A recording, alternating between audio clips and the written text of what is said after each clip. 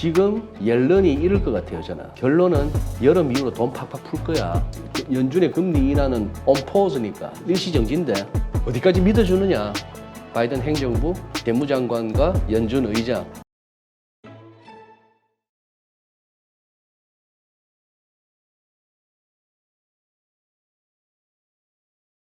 네, 오늘 모신 분은 GFM 투자연구소 이진우 소장님이십니다. 안녕하세요. 네, 안녕하세요, 대표님. 네, 자, 5월도 벌써 이제 열흘이 3분의 1이 지나고 있습니다. 네. 그동안 이제 계속 얘기했던 게 세린메이. 그래서 이제까지 데이터를 보면 5월 달에는 주식 시장이 재미없다. 하락하는 시기다 이렇게 얘기했는데 이번에는 좀 아닌 것 같은 그런 생각이 듭니다. 오히려 4월 달이 좀 힘들었고요. 예. 뭐 차트는 제가 깜빡했습니다만 진짜 그 세린메이가 맞나 싶어서 한번 과거 데이터를 쭉 실제 차트를 보면서 해마다 이렇게 5월 어땠나 싶어 보니 꼭 5월이라고 빠지는 거 아니더라고요. 그런 상황이라서 그거는 좀 이렇게 5월만 되면은 그냥 습관적으로 우리가 얘기해보는 통상적으로 연초에 장이 좋다 보면은 이래저래 안 그래도 조정을 받을 만한 그런 상황인데 그렇고요. 지금은 오늘은 한번 그걸로 한번 따져보겠습니다. 돈줄, 유동성, 그걸로 한번 시장 상황을 한번 판단해 볼까 싶은데 첫 번째 모처럼 이거 한번 M2 미국의 통화량 한번 저기 프레드 거기 들어가서 한번 봤거든요. 봤더니 뭐 당연히 통화량이 이렇게 느는 거 아니겠습니까? 자, 이 숫자 보니까 지금 최근 게 21126인데 21126.4인데 그러면 이게 빌리언이면 10억, 100억, 1000억, 조, 10조 한 21조 1000억 달러 이런 정도의 M2란 얘기죠. 네. 다소 막연하긴 합니다만 우리 M1, M2에서 M1은 거의 뭐 현금 비슷한 거고 M2는 이렇게 얘기하죠. 현금, 예금, 적금, 뭐 주식, 채권 등의 형태로 표현되는 통화량의 총합.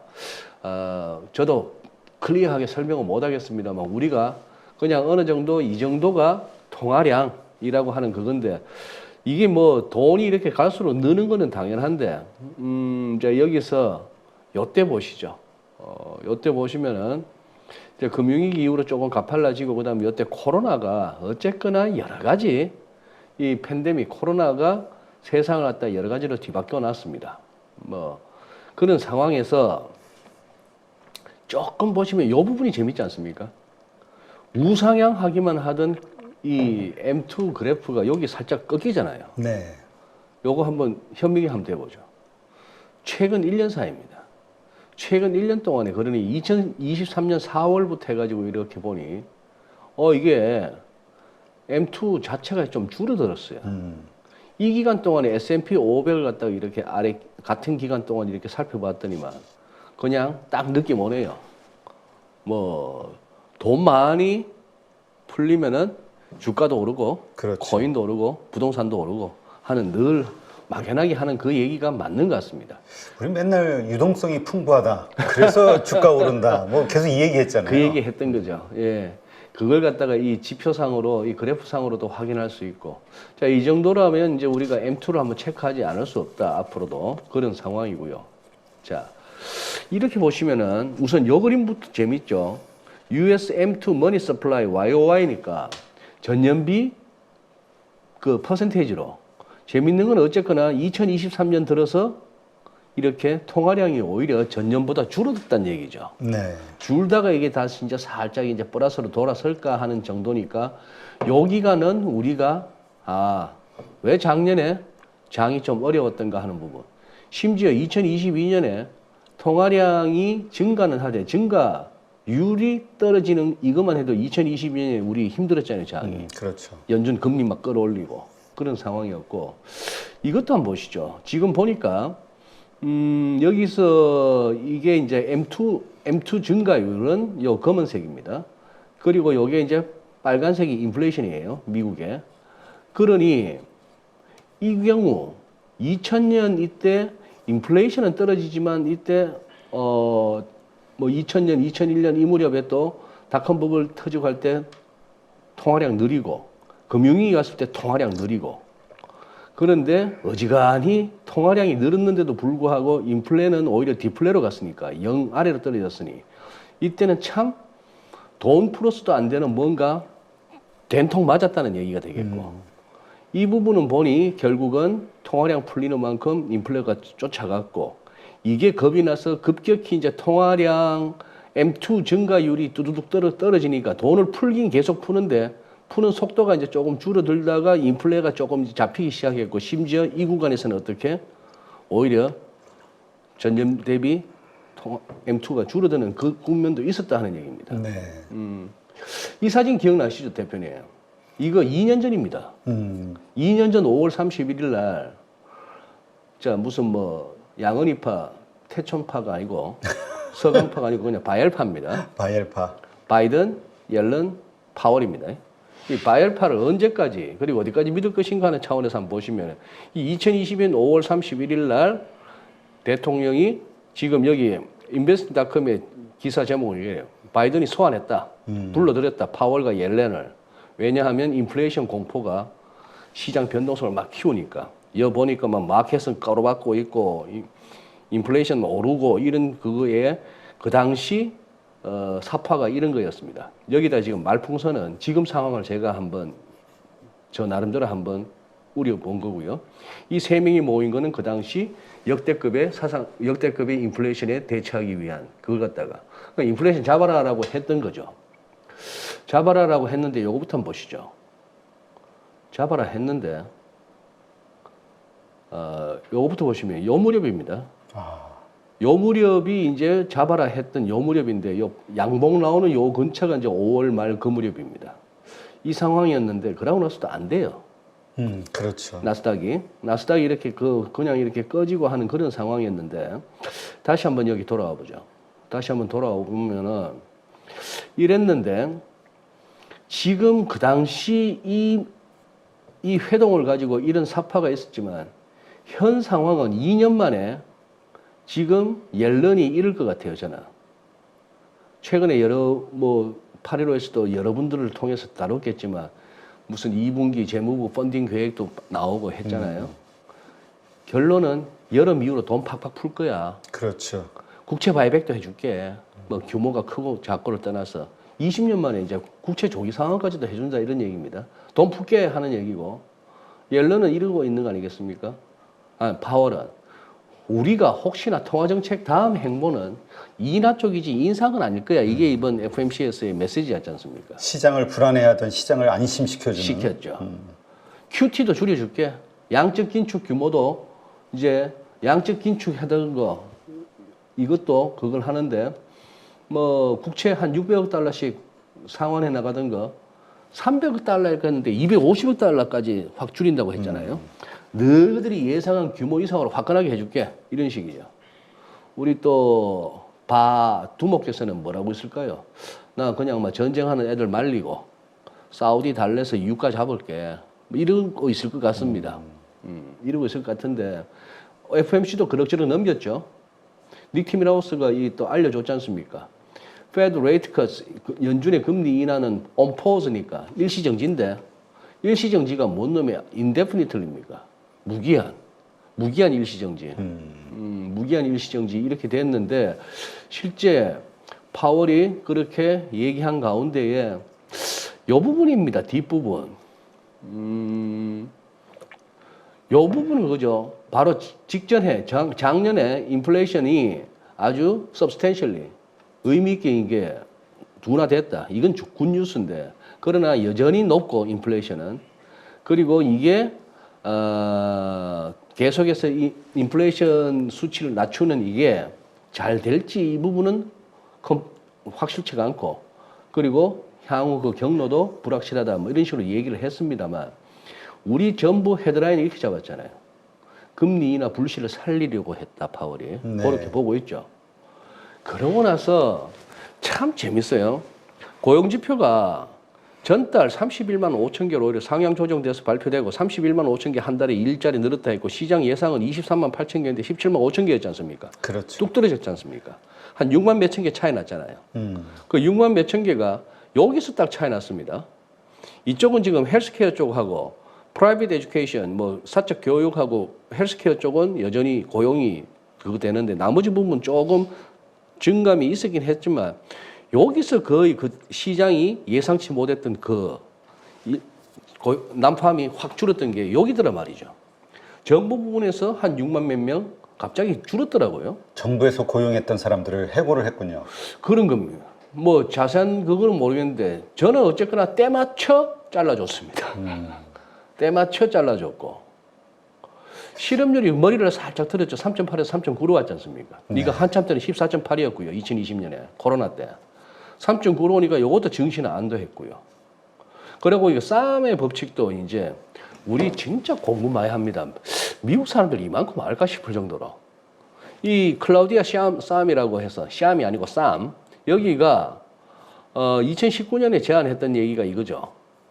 최근 3개월의 평균 실업률이 이전 12개월, 이전 1년 실업률이 1년 동안 살펴봤을 때 가장 낮았던 실업률보다 최근 3개월 평균 됐던 게 한 0.5%포인트 높아지면 이거는 거의 경기 침체다. 고로 일정에게 경기 부양 보조금 주자. 뭐 이런 식의 내용인데 그래서 지금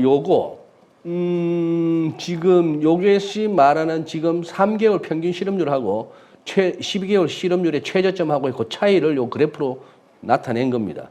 이게 확 튀면 확실히 경기 침체가 오긴 왔네요. 이 싸움이라는 이 여성은 그게 0.5%를 갖다 기준으로 했고 0.5% 가기 전에도 보면 살짝 침체 조짐은 보이고 아직은 절대치는 이 숫자는 0.37입니다. 0.37이라서 저런 식으로 3.9% 나와 있던 이게 이제 여기서 조금 뭐 4나 3.9에 좀 더 머물고 이렇게 되면 이 숫자도 살살 올라가겠습니다만 그래도 뭐 지금 미국 가지고 경기 침체 얘기할 정도는 아닌 것 같고요. 그리고 그날 나왔던 시간당 임금도 0.2%니까 이것도 임금발 인플레이션 우려는 좀 들었습니다. 들었습니다만 이거 좀 생각해 볼 것은 많죠. 예를 들어서 전년비 임금이 3.9% 올랐는데 그거는 같은 경우에 3.8%니까 이러면 사실 임금 오른 거 아니죠. 그렇죠. 물가 오른 거에 비하면은 뭐 그런 식으로도 볼 수 있습니다. 여기서 이제 나올 수 있는 거는 이 정도 올려가지고는 우리 작년보다 뭐 먹고 살기가 꼭 나아진다고 볼 수 없다. 더다오 할 수 있었고 더다오 하는 노동자들한테 맞춰주다 보면은 물건값도 올려야 될 거고 기업 입장에서. 그렇죠. 그런 우려는 계속 남아있는 상황입니다. 그리고 어제 나왔던 거. 한 이틀 안 좋던 미국장이 또 살짝 올라간 게 신규 실업수당 청구 건수가 또 이렇게 생각보다 팍 많이 튀어 올랐다 하는 요거 아닙니까? 그죠? 저 요즘 안 좋은 게 좋은 호재로 받아들여서 실업수당 타먹겠다는 사람 늘었는데 정신은 좋아하고 뭐 그런 상황이 되었습니다. 그런 상황이 됐는데 그러니 지금 여기서 이 그래프도 재밌죠. KB증권 자료인 것 같은데 재인용합니다.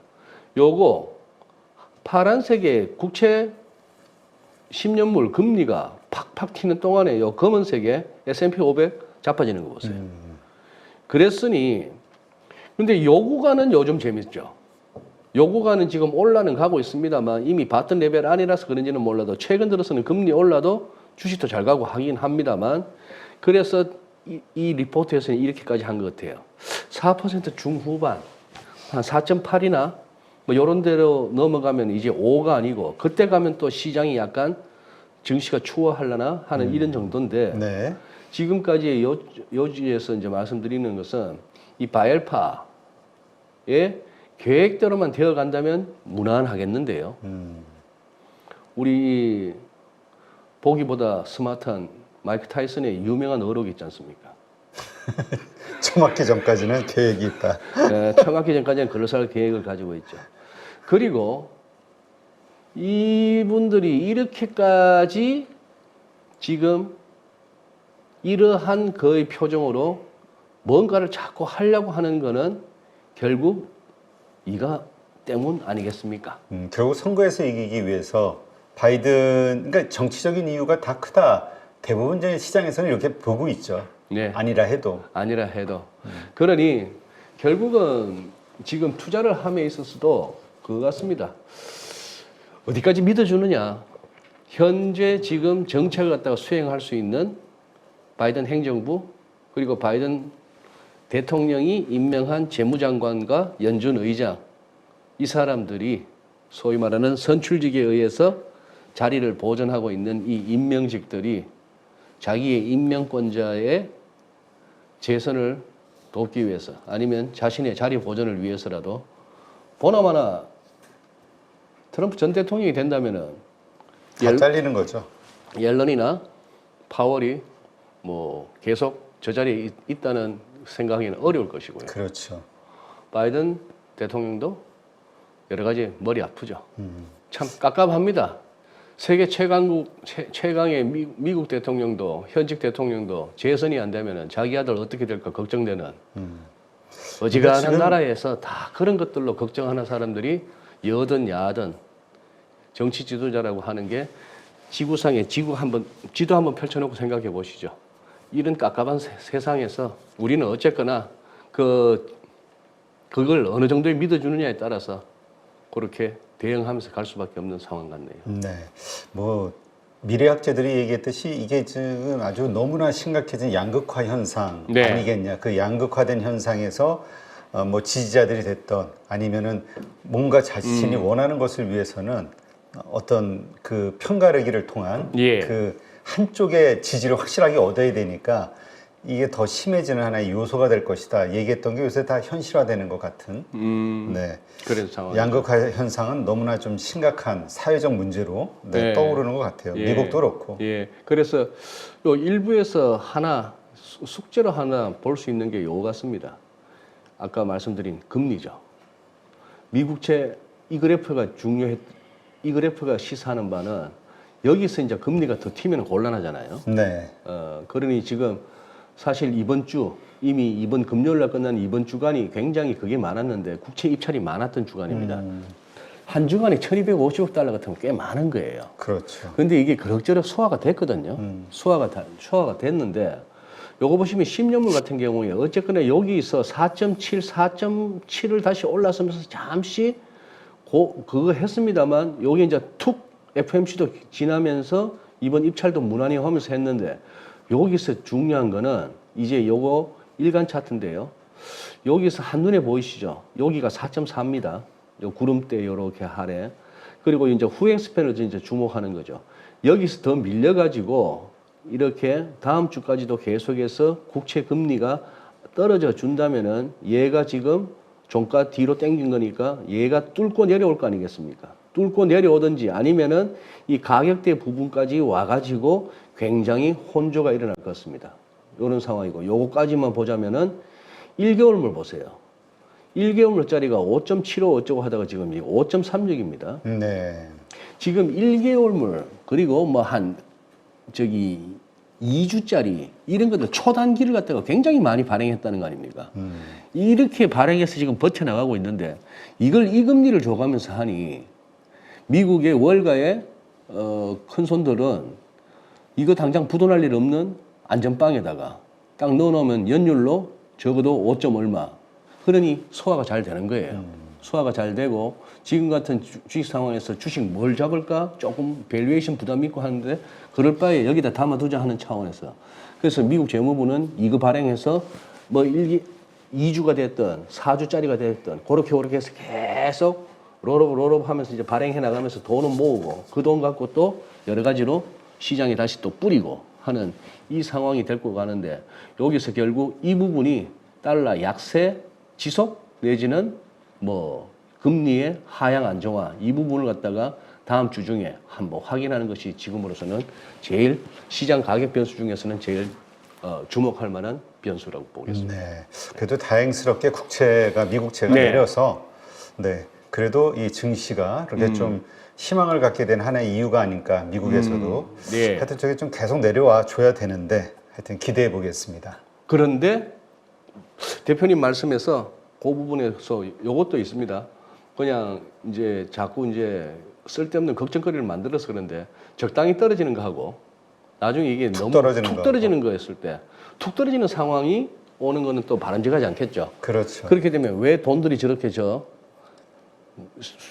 비싼 국채로 자꾸 몰려갈까 하는 그런 상황이 될 수도 있으니까 적당하게 떨어져 주는 게 증시로서는 가장 바람직한 시나리오 같습니다. 네, 알겠습니다.